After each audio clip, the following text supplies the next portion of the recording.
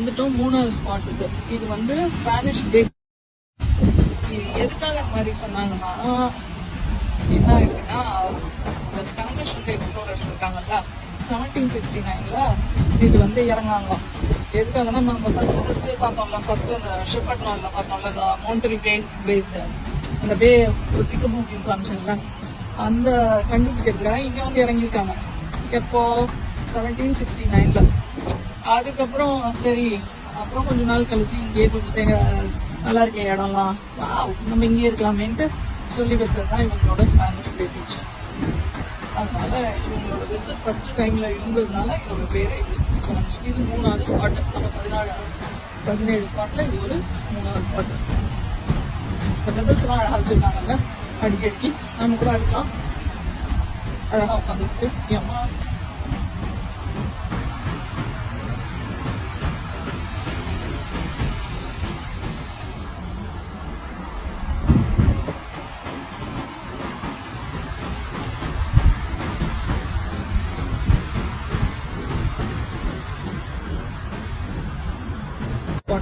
Restless sea.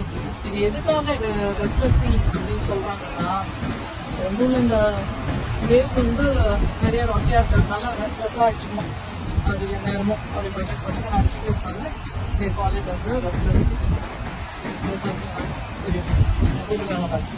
Restless sea is one of the name or one of the most turbulent section of the coastline of Indian Ocean.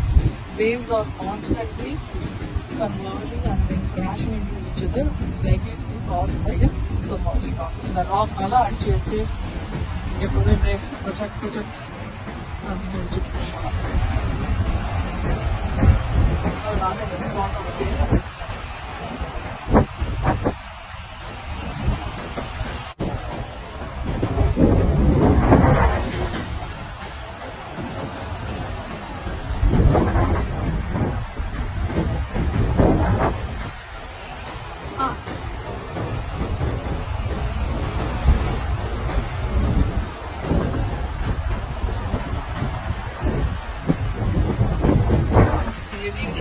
நமக்கு அந்த யாரு சூரியோட அப்பா வந்து அந்த பாட்டு பாடுற மாதிரி இருக்கு எனக்கு. அங்க அவரை உட்கார வச்சுட்டு பாட சொல்லலாம். அந்த மாதிரிதான் இருக்கு போல இந்த படத்துல இருக்கு. வா, நல்லா வந்துச்சுல.